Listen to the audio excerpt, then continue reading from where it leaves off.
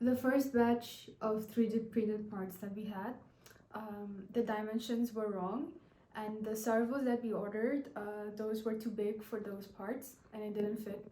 So we had to redesign the parts again and reprint those, and then it fit and it worked. So initially, we planned on making a robot with 8 legs so that it mimics the biological features of an actual spider, and it will also give it more degree of freedom, flexibility, and also achieve all the tasks that we had in mind.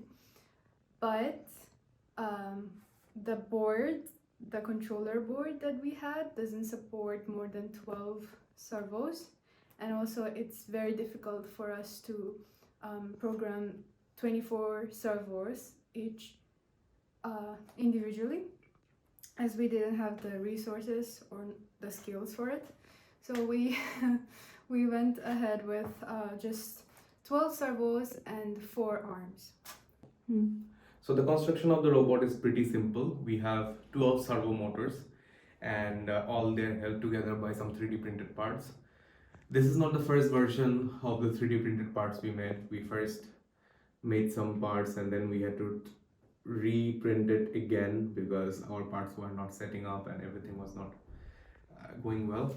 Well, if we talk about the circuit is a pretty simple circuit. We have used Arduino Nano, and with the Arduino Nano we have connected 12 of the servo motors, and although we know that our Arduino Nano has 14 digital pins for outputting various functions, but here only usable Arduino pins are 12 because the other 2 pins are, one is a transferring pin, that the pin through which you can transfer data, and one is a receiving pin through which you can receive data. So we couldn't use that pin, and that is the reason we couldn't put a ultrasonic sensor for obstacle avoiding. But apart from that, we have constructed the robot pretty well. It works the way we wanted it to work.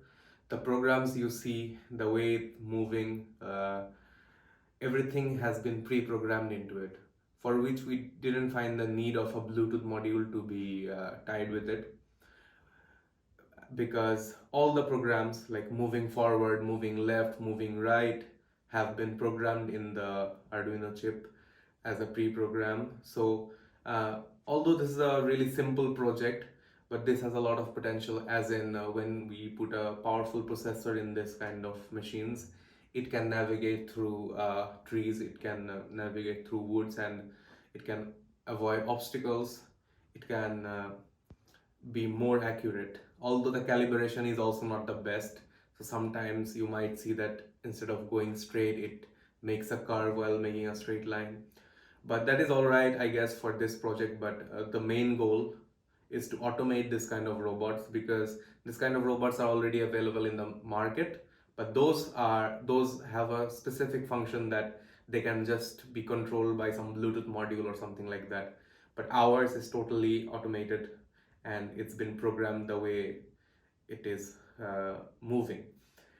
You can also see a white cable that's been connected to the Arduino, because the battery we ordered and the battery circuit, it didn't actually work with it. The battery was not giving the voltage we need to, so we used a power bank with the power cable, and it was also to our advantage, because when we used a power bank, we can actually measure what kind of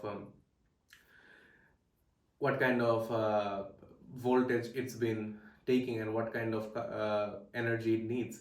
So from that measurement, we can see that it can run for more than 4 hours for a really little amount of battery, like half size of a battery that a drone runs on. It can run for 4 hours on such kind of battery, so it has a lot of potential. We haven't tested this on uneven surface. I tried testing it on uneven surface, but it doesn't work. The motor burns out. Upon researching about that, I found out that the gears on these motors are nylon gears, while if we would have bought some expensive motors with metal gears, this could also function just well on roads with pebbles. And yeah, that is it. It can still walk on pebble road, but the fact is, I had to change motors almost 3 times. Until now I changed a total of 6 motors because they were damaged while working on the pebble road. And I guess this project is a success as of now. Thank you very much. The white cable you see with the robot is the power cable from a power bank. We charged a 20,000 milliamp hours power bank to the 100%, and after 4 hours of testing, it only used 4% of its battery, so it's very efficient.